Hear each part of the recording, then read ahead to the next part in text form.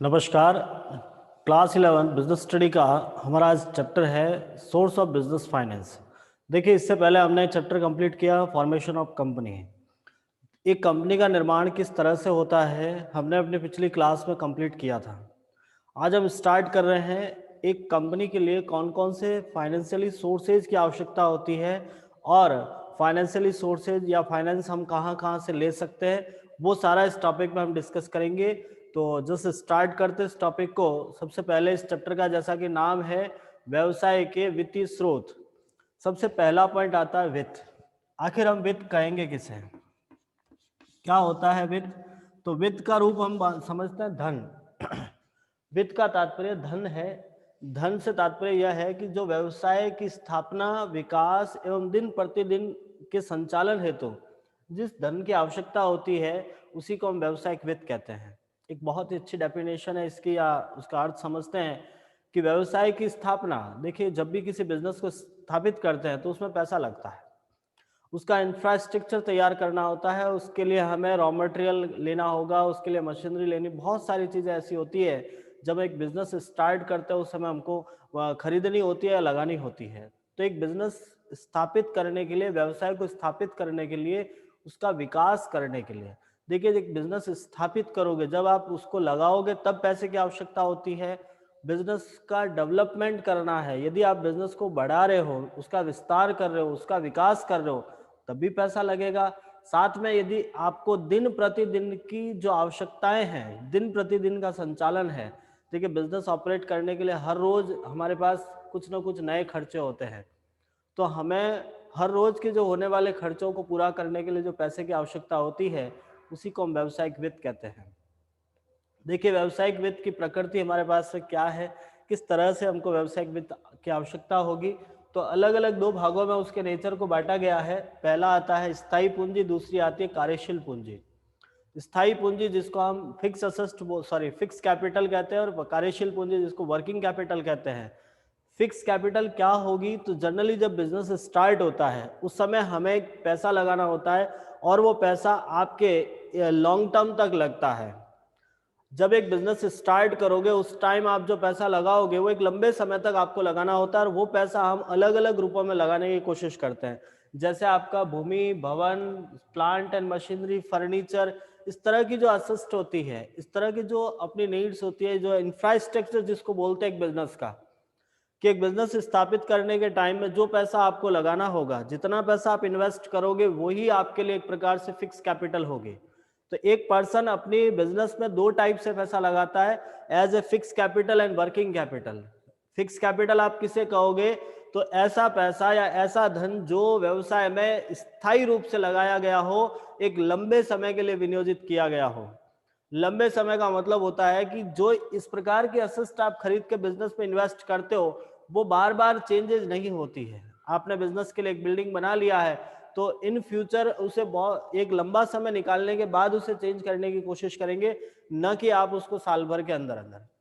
तो ऐसी असिस्ट होती है या ऐसा इन्वेस्टमेंट जो लॉन्ग टर्म तक किया जाएगा, उसे फिक्स कैपिटल कहेंगे। तो कैपिटल मींस बिजनेस फाइनेंस के अंदर आपका जो पैसा आपको आवश्यकता होती है, बिजनेस में पैसे की आवश्यकता होती है, तो इसमें सबसे मेजर पॉइंट यही आता है कि जब हम बिजनेस स्टार्ट कर रहे हैं उस समय हमको पैसे की आवश्यकता होगी, उस समय हमें लॉन्ग टर्म फंड की आवश्यकता होती है, और ये जो लॉन्ग टर्म फंड है वो आप इस तरह से इन्वेस्ट करने की कोशिश करोगे। नेक्स्ट आता है वर्किंग कैपिटल। जैसा कि नाम से क्लियर है, वर्किंग कैपिटल, वर्किंग मीन्स वो हर रोज की यूज होने वाले जितने भी एक्सपेंसेज होते हैं या जितने भी नीड्स होते हैं उन्हें कंप्लीट करने का काम करती है। डे बाय डे जो जो आवश्यकता होगी आपको पैसे की, या डे बाय डे जो जो आपको आवश्यकता होती है, जो जिन चीजों की, उनको पूरा करने के लिए हमें जो पैसे की आवश्यकता होती है उसे वर्किंग कैपिटल कहते हैं। कार्यशील पूंजी का मतलब होता है दिन प्रतिदिन संचालन हेतु जिस जिस धन की आवश्यकता होती है उसे कार्यशील पूंजी कहते हैं।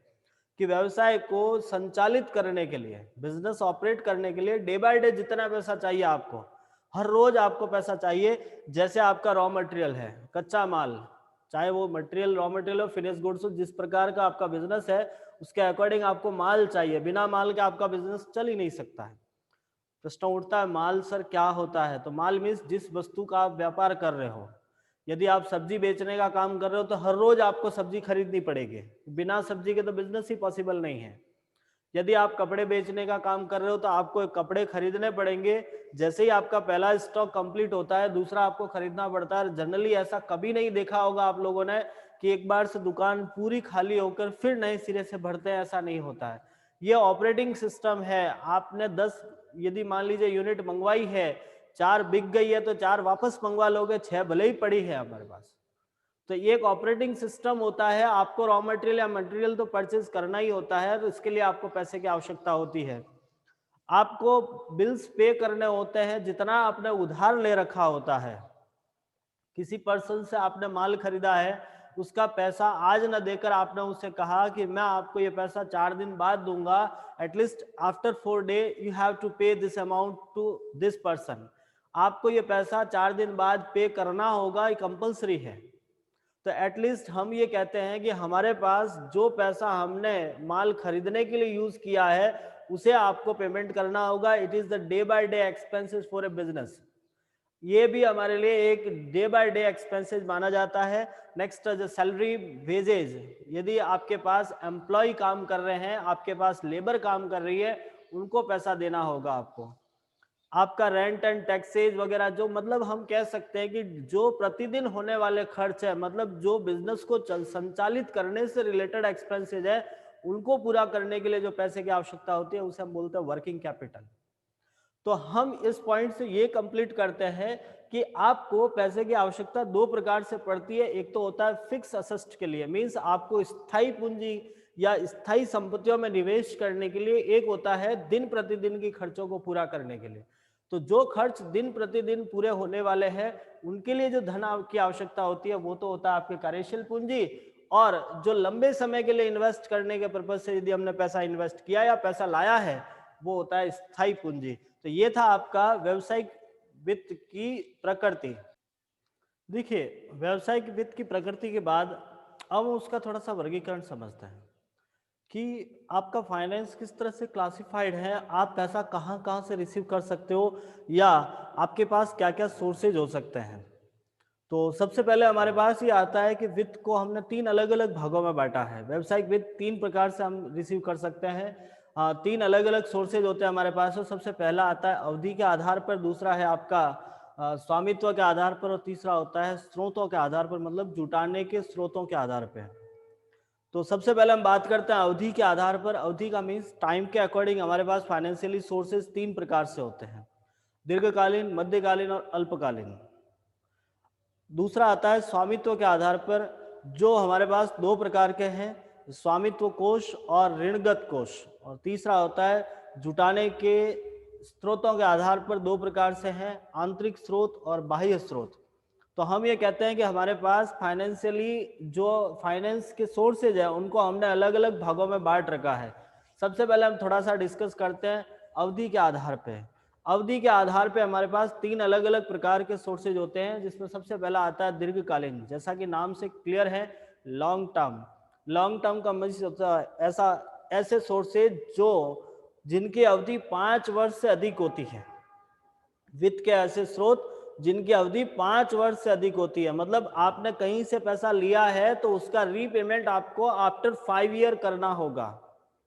वित्त के ऐसे स्रोत जो जिसका भुगतान हम 5 वर्ष बाद करते हैं, या जिनकी अवधि 5 वर्ष से अधिक होती है, उन्हें कहते हैं हम दीर्घकालीन सोर्सेज, जिसमें आपके डिवेंचर आते हैं, मतलब ऋण पत्र। वैसे हम इसको और अंदर से डिस्क्राइब करेंगे, लेकिन मैं आपको ऊपर ही बता देता हूं कि इसके अंदर क्या क्या आ सकते हैं। जैसे शेयर आएंगे, इक्विटी शेयर, प्रेफरेंस शेयर, ये डिवेंचर्स, इस प्रकार के जो सोर्सेज है उन्हें हम कहते हैं लॉन्ग टर्म। फिर आता है मध्यकालीन। मध्यकालीन का मतलब होगा मीडियम टर्म, जिसको कहते हैं वित्त के ऐसे स्रोत जो 1 वर्ष से अधिक लेकिन 5 वर्ष से कम होते हैं। दीर्घकालीन वित्त के ऐसे स्रोत जिनकी अवधि 5 वर्ष से अधिक होती है। मध्यकालीन ऐसे वित्त के स्रोत जिनकी अवधि 1 वर्ष से अधिक होती है, 1 साल से ज्यादा है बट 5 साल से कम है। वित्त के ऐसे स्रोत जो 1 वर्ष से अधिक लेकिन 5 वर्ष से कम होती है, उन्हें मध्यकालीन स्रोत कहते हैं। और तीसरा आता है अल्पकालीन। अल्पकालीन का मतलब होता है शॉर्ट टर्म, शॉर्ट टर्म का मीन्स वित्त के ऐसे स्रोत जो 1 वर्ष से कम की अवधि में होते हैं, मतलब इनका भुगतान आपको 1 वर्ष के अंदर अंदर पेमेंट करना होगा। तो हम एक बात करते हैं दीर्घकालीन और मध्यकालीन की। तो दीर्घकालीन और मध्यकालीन स्थायी पूंजी मानी जाती है, मतलब स्थायी जितनी भी संपत्तियां हैं या स्थायी निवेश को पूरा करने के लिए जो धन की आवश्यकता होती है, उसके लिए हम दीर्घकालीन और मध्यकालीन वित्त के स्रोत का उपयोग करते हैं। और अल्पकालीन डे बाय डे जितने भी एक्सपेंसेज या डे बाय डे जो पैसे की आवश्यकता होती है उसे पूरा करने के लिए हमको अल्पकालीन वित्त की आवश्यकता रहती है। तो ये एक छोटा सा पॉइंट था जिसको हमने क्लियर किया है कि according to term our sources of finance is 3। First long term, medium term and last short term. Long term और मीडियम टर्म दोनों ही आपको लॉन्ग टर्म इन्वेस्टमेंट के लिए यूज किए जाते हैं, मींस फिक्स कैपिटल के लिए यूज किए जाते हैं, स्थायी संपत्तियों के लिए यूज किए जाते हैं। लेकिन जो अल्पकालीन है वो दिन प्रतिदिन के खर्चों के भुगतान हेतु आवश्यकता या खर्चों के भुगतान हेतु इसका उपयोग में लिया जाता है।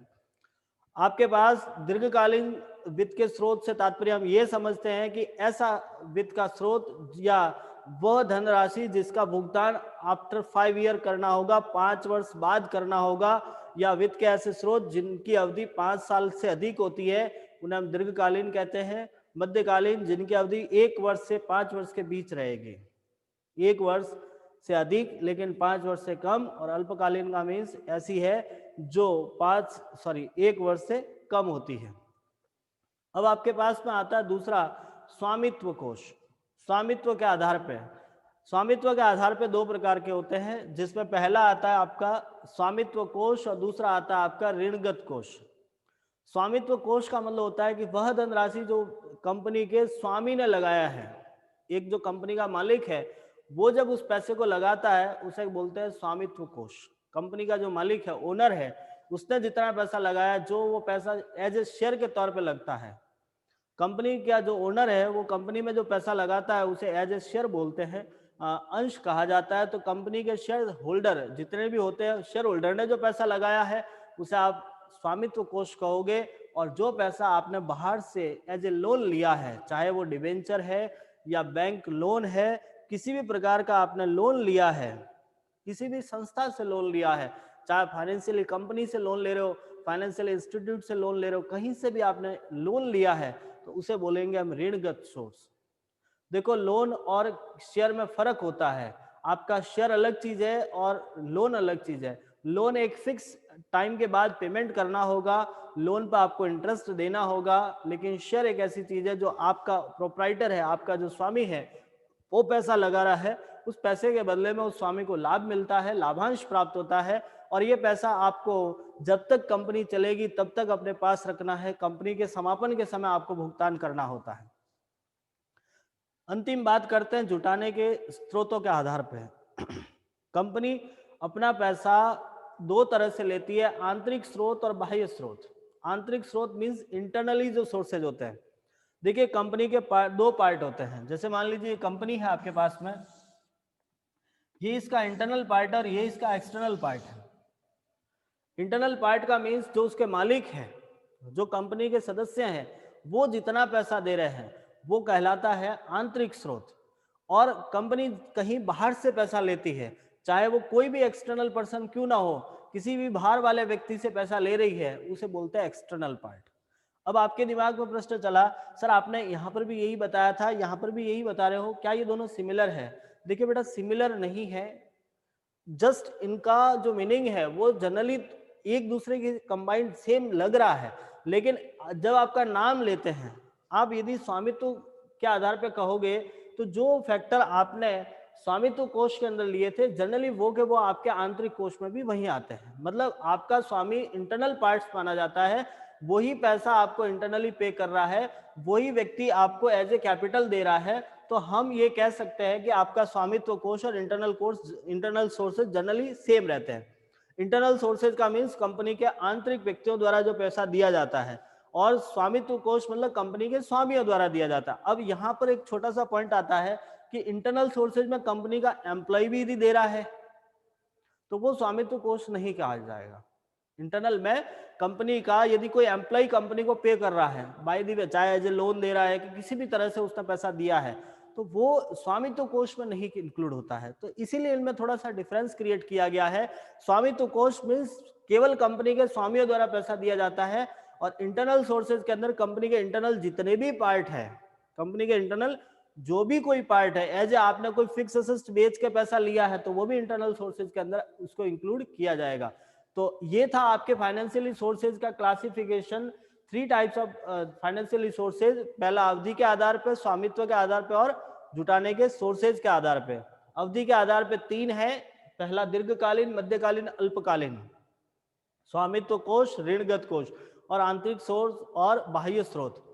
बात करते हैं हम सबसे पहले दीर्घकालीन। एक बार हल्का सा वापस देख लो, आफ्टर 5 ईयर, मध्यकालीन 1 to 5 ईयर एंड अल्पकालीन विद इन 1 ईयर। स्वामित्व कोष केवल स्वामी पे करता है। ऋणगत कोष आपने बाहर से कहीं लोन लिया है, एज ए लोन लिया है, उसे हम ऋणगत सोर्स कहेंगे, ऋणगत कोष कहेंगे। एंड लास्ट आता है आपका external and internal. Internal means internally company के अंदर से जो पैसा क्रिएट होता है वो इंटरनल, और बाहर से जो पैसा आएगा वो एक्सटर्नल कहलाएगा। तो ये था आपका स्वामित्व, ये फाइनेंशियल रिसोर्सेज का क्लासिफिकेशन। तो हमने इस टॉपिक के अंदर फाइनेंशियल रिसोर्सेज का मीनिंग समझा, उसका नेचर समझा और थोड़ा सा क्लासिफिकेशन करने की कोशिश की है। आई होप आपको ये समझ में आया होगा। फिर भी यदि कोई समस्या रह रही है तो आप हमें ज़रूर बताइएगा, इन्फॉर्म कीजिएगा। हम कोशिश करेंगे आपकी समस्या का समाधान करने के लिए। धन्यवाद।